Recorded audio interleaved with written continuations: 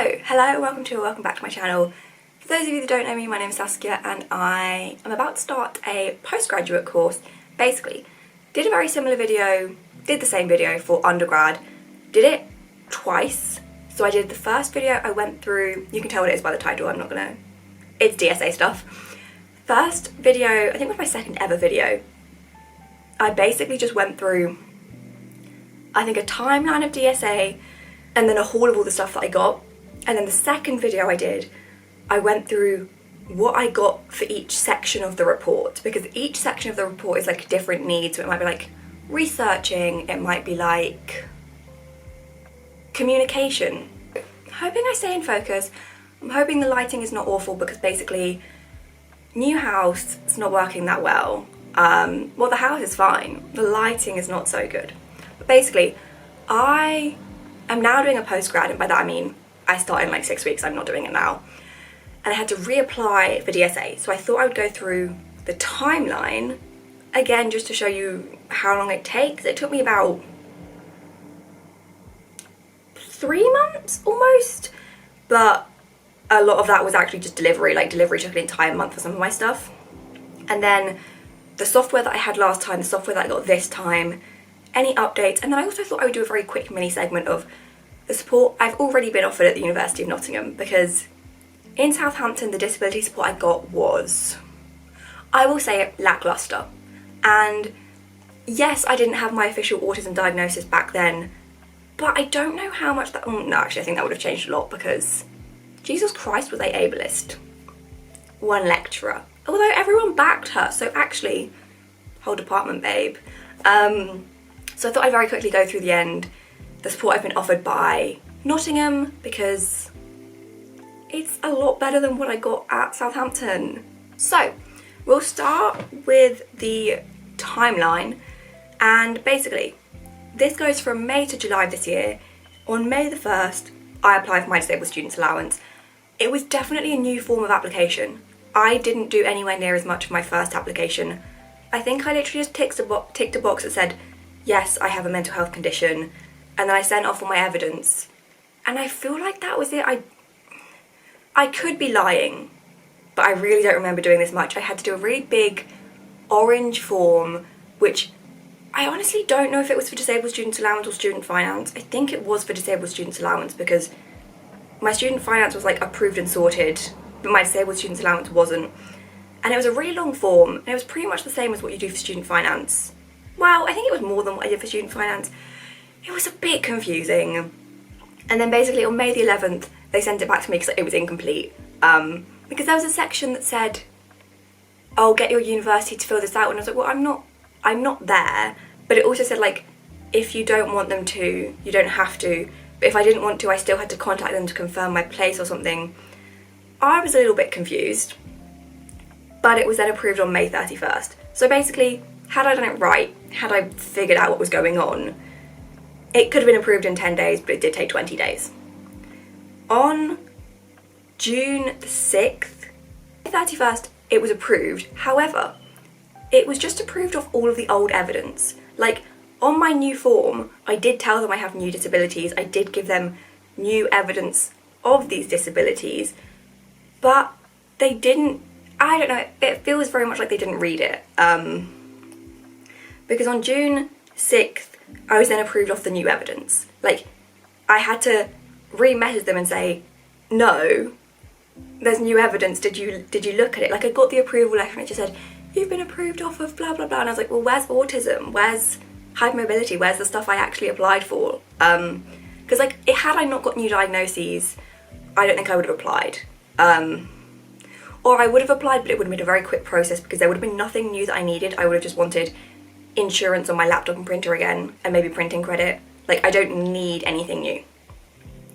So on June 6th, I was finally approved of my new evidence. And then on June the 7th, I booked my appointment. Again, it was online. I've never had an in-person DSA meeting.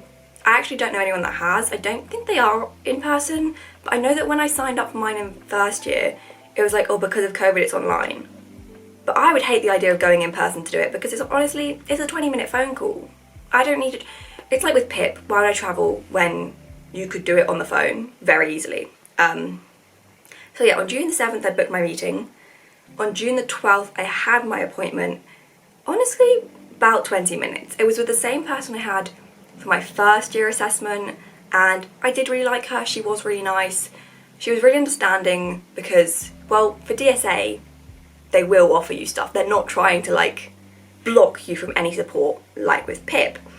And she also had similar disabilities, so she was like, oh no, I actually understand what you're on about, because if not, like, I have orthostatic hypotension, which is essentially POTS, but not quite POTS. Like, I am 1 beat per minute too slow to be diagnosed with POTS, and I also have orthostatic hypotension, which I think means I'm not allowed to be diagnosed with POTS because of the orthostatic hypotension. I don't know, some kind of messy stuff. And basically, no one knows what that is. So I was just like, babe, it's pretty much POTS. And she was like, Slay, I've got POTS. I know what you're on about. And I was like, thank God, because if not, I just say, when I stand up, I get a bit dizzy. Everyone does. Like, I feel like with PIP, that's another thing actually. Side note, I have applied for PIP.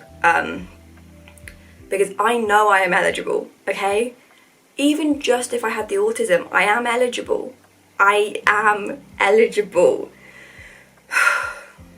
We're waiting for my assessment report, and then we'll film a video about it, and we will appeal it regardless. But yeah, so then that was about 20 minutes. It was quite short. She asked kind of everything. I was hoping, but I didn't want to bring it up because I didn't want to be like, I know more than everyone and I think I'm really, really sick, which like is probably just a me perception. It's probably not actually like a real thing that anyone thinks. But I was hoping she'd bring up like travel and transport, because basically with my hypermobility and like my joints, my knees really fucking hurt. Like, walking is so hard, and it's embarrassing. I'm a 21-year-old who can't walk. I can walk, it's just not good. Stairs, can't really do them. Like, I don't know. I was hoping she'd bring up transport to see if I could get any kind of like reimbursement for buses or anything. She didn't bring it up and I didn't want to bring it up, so I was like, that's fine. Who knows if I'll even go to campus this year? I will, just a little bit, just a small amount. So then on June the 20th, I got my draft needs report, which was basically just like a list of all of my equipment. And then June 21st, I got the full assessment report. I've never got an assessment report and been like, no, I want more. I do feel comfortable doing that though. Like, with my first assessment report in like first year, she did make it seem very, very fine if I disagreed with it. She was like, oh, go back and like, if you want to talk to friends and see what else is available and you want that, let me know. So like, don't feel bad if you want to question it. And that is also why I'm making this video, to show you what equipment I've got, because if you think, oh my god, that could be useful, you can just ask for it. And like, yes, they could say no, but they could also say yes. Like, worst thing they'll do is say no and then, okay, move on. Like, I think it's fine. And then July the 3rd, all of that was approved by Student Finance England. I've never had anything not approved. How? Because I know that they say you can just send them like my diagnosis is blank and blank and it affects me blank and blank. Like, you can pay the doctors to give you like a £20 evidence letter. Fuck that. First of all, not paying. Second of all, I don't actually know what most of my diagnoses are. I could have other stuff diagnosed that I'm not sure about, because also, fun story, all my medical records are missing. My GP from before uni supposedly sent them to my uni GP. My uni GP never had them, because I have all of my medical records from my uni GP because I downloaded them to use as evidence. My uni GP doesn't have them. My home GP also doesn't have them. And then my new GP also doesn't have them. So it's a good thing I keep my records, but I don't have everything. I've got some things, but we're missing evidence of just my life. But yeah, I do also think it's basically about how you evidence your disorders. As much as they do say it can just be like a list of like stuff, no, I don't think it's worth just like getting a list. Literally send them everything you've got. It's their job to read it. What are you going to do to say no because I've sent you too much evidence? You should be saying yes because I've sent you so much evidence. Literally, I applied in 2020 and I sent them evidence letters going back to 2017. First of all, just because I was like, I've never had a piece of paper that has a list of diagnoses. And a lot of the times, especially because I was with CAMS, they wouldn't say Saskia was diagnosed with blank. Like, I think the only times I've ever seen a diagnosis on my medical records from CAMS is when I was discharged from inpatient. My 2 discharge forms have Saskia has code F.90 whatever, like ICD codes. But again, they weren't actually correct, and they were weird. Like, I didn't know that they were just sort, they existed as, I guess, what, diagnosable codes. But yeah, I've never had like a list. I don't know where I was going with this. I've just talked a lot of shit about evidence, but basically send them all the evidence you've got, whether it's like school reports, honestly anything within the last 5 years, send it, because then you can prove, like, look, it's a long-lasting condition. If you can request your medical records, personally I think that's a useful thing to do anyway. Like, if you have a health condition, request your medical records just to have them. Like, I did it so I had them for disabled students allowance and for personal independence payment, because now, yes, some of it's useless, some of it's literally my blood test results, some of it's literally like a, we contacted Saskia by text on this date, and like, no one cares. But it does have a list of like presenting problems, or like Saskia attended the GP for this, and that's kind of useful to have. So, blah blah blah blah blah. After my DSA was approved, I'd already been in contact with my suppliers because they'd asked me, well, they told me that it had been approved before the government told me it had been approved, because they were like, oh, you've been approved, what's your like new reference number for the insurance? And I was like, they've been approved? That's nice to know. So I sent them the new reference number for the insurance so they could add it. I was with Sight and Sound again. I was with them in first year. They're great. My insurance is good. My insurance is with Specialty Risks. I've used them twice because my laptop broke in first year and then it broke in second year. It did come back from repairs broken, but just cosmetic. So I was like, I don't care. Like, it did come back from repairs with my O key isn't attached to my keyboard. And like, I can't push it back in. I can't figure it out. There's a little like crack on the corner, and like, I don't care. I was like, I'm not going to send it back because it takes them a while to fix things, so I'll deal with that. And basically they made me an account on they made me an account on Sight and Sound, which is different from how I did it last time. Last time what I did is I sent them an email with my report, and they just sent me an email back saying, we can deliver it blank and blank. This time they made me a login. I logged in and I clicked all of the things I wanted delivered. So I guess if you want like some of it now, some of it later, I didn't see the point, so I did just order it all at once. And you can also choose whether you want your software emailed or sent on a USB. I went on the website on July the 4th, and the first delivery slot was July the 21st.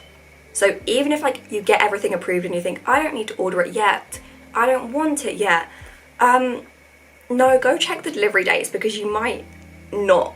Like, I was moving out at the end of July, so I kind of needed it before the end of July, and like, had I waited any longer, I would have had to get it delivered to uni, and one of the things I got given I haven't brought with me, so I would have had to have a 20 kilo desk here and have climbed it upstairs when I could have left it at home. So that's my timeline. Basically, May the 1st to July 21st. However, we've got 10 days because I forgot to do a form, or because I did it wrong, and then 20 days delivery. So really, as much as it was from May to July, May to June maybe, 5 weeks, that kind of timeline. So, if we go through the software that I got last time, in undergrad I got my laptop, my printer, Samsung Go mic, Claro Read, Dragon, Sonoscent, Zotero, Grammarly, iView, Brain in Hand, EasyDesk, Whiteboard. That's all I wrote down. Feel like there could be more. Oh, I got printer credit, which actually, don't know if I got this time. I got £150 of printer credit. I need to double check if I've got it this time. This time, I then got, in terms of software, I got Claro Read again, which I do actually use. Scholasy, which sounds really good actually. It is an AI summarising software. I haven't installed it yet. I need to figure out how it works. But basically, it summarizes papers for you. And like, I can't read. I can read, takes me some sweet time. Glean, which I think is the equivalent of Zotero. I don't remember, I think she said that like Zotero doesn't exist, so I now get Glean. I got Dragon Pro, which again, I don't know what it does. It is on my laptop and I do use it, but I don't remember which one it is because I have so much software installed. I then got a headset, which I got a headset in first year. Great, slay, it's what you think a headset would be. It's 2 earphones and a microphone. This time, I got a mono headset. One headset with a microphone, and then one just thing that sits on the side of your head. Please explain. I don't understand why that's happened. I'm not happy with it. Like, yes, thank you, I got a headset, but there's no justification for it in my report for it to be a mono headset. And like, I'm not gonna write back to them and be like, can I have a double one? Because I've got earphones. But I don't like it, it does upset me, it hurts my soul. I got Grammarly again. Grammarly's free anyway, and I'm not gonna lie, I hate Grammarly. I think she's not very good.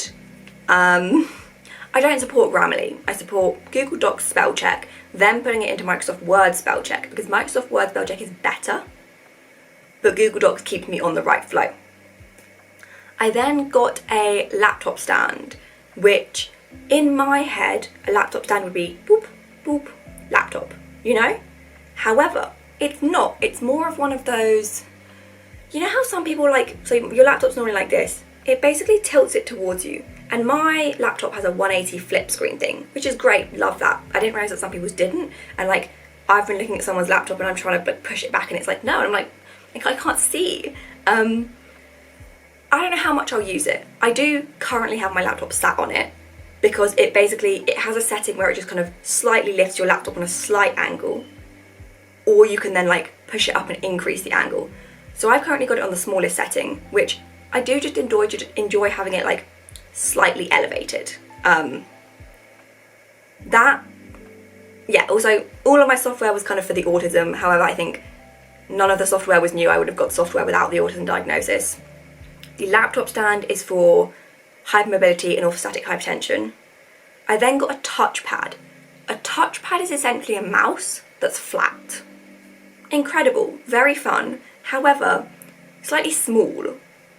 So a keyboard, which again, slightly confused about.